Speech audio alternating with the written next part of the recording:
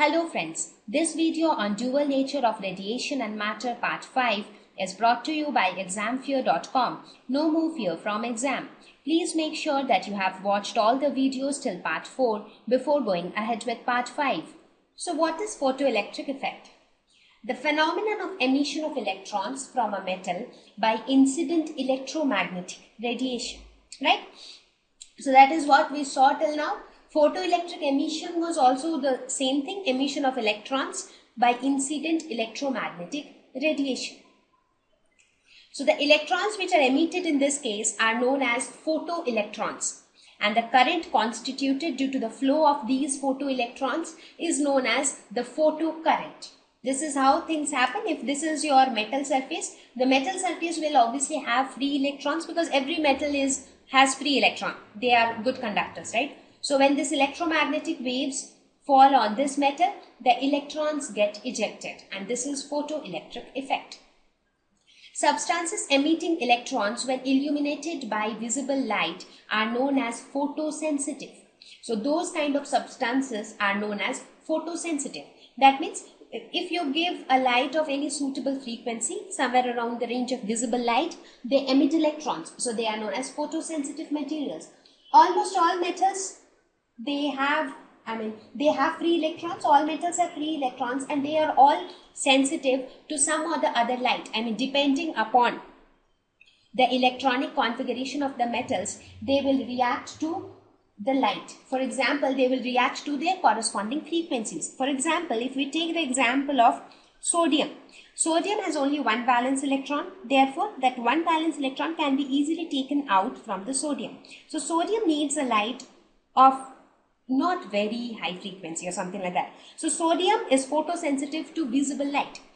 Whereas if we take the example of magnesium, it has got two free electrons.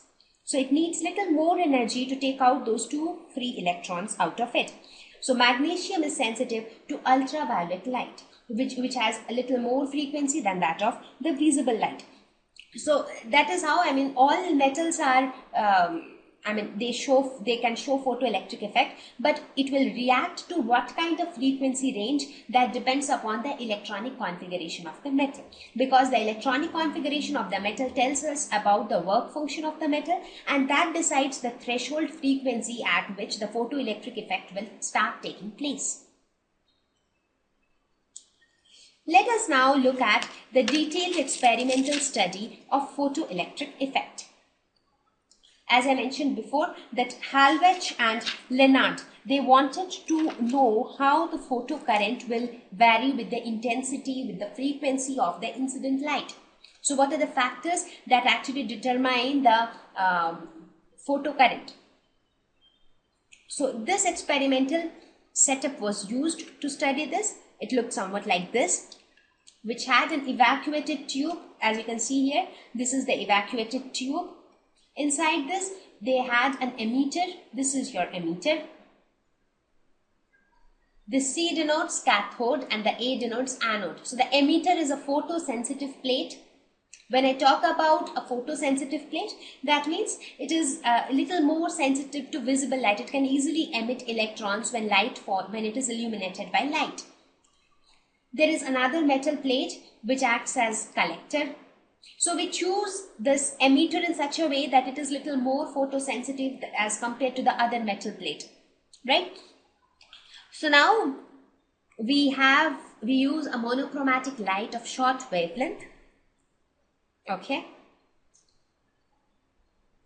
Then we have a battery which maintains the to create an electric field inside the tube, and to maintain a potential difference between the two plates.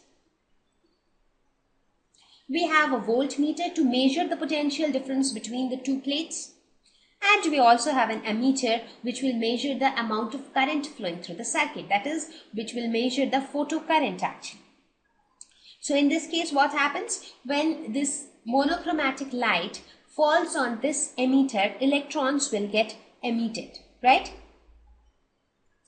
So what happens when the light falls on this photosensitive plate? Electrons get emitted from this.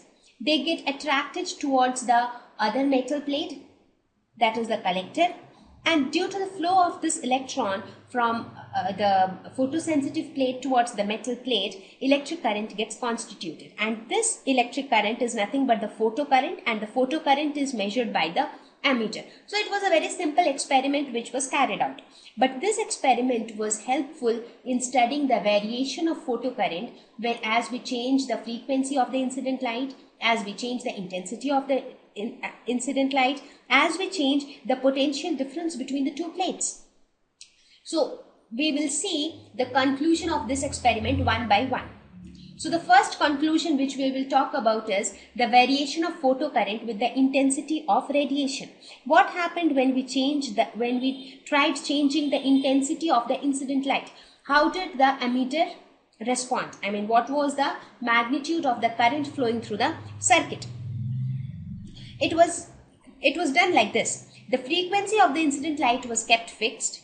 The potential difference between the two electrodes was kept fixed. So the only thing that was varied in this case was the intensity of the radiation. So when we increase or decrease the intensity of the radiation, it was observed that the photocurrent increased linearly with the increase in intensity. As we increase the intensity, the photocurrent also increases with time. Now, what is this photocurrent actually? Photocurrent is nothing but the number of photoelectrons per unit time, right? What is current? Current is nothing but number of electrons flowing per second. Similarly, it is number of photoelectrons per second, right? So that is photocurrent. So it was seen that as the intensity of the incident light was increased, the number of photoelectrons emitted also increased with time. So if the number of photoelectrons emitted keep increasing, the photocurrent will also increase, right?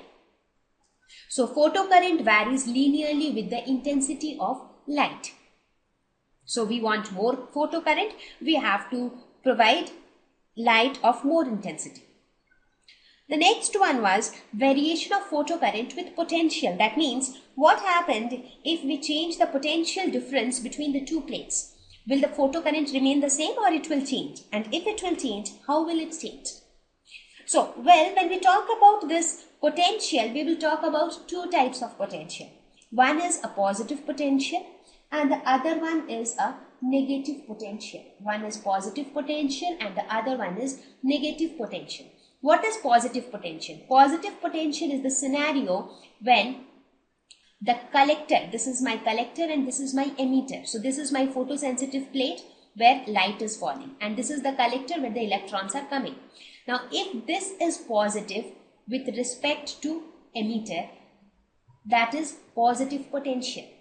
When we say that we are talking about positive potential, how photocurrent is varying with positive potential, that means we are keeping the collector at a higher potential as compared to the emitter.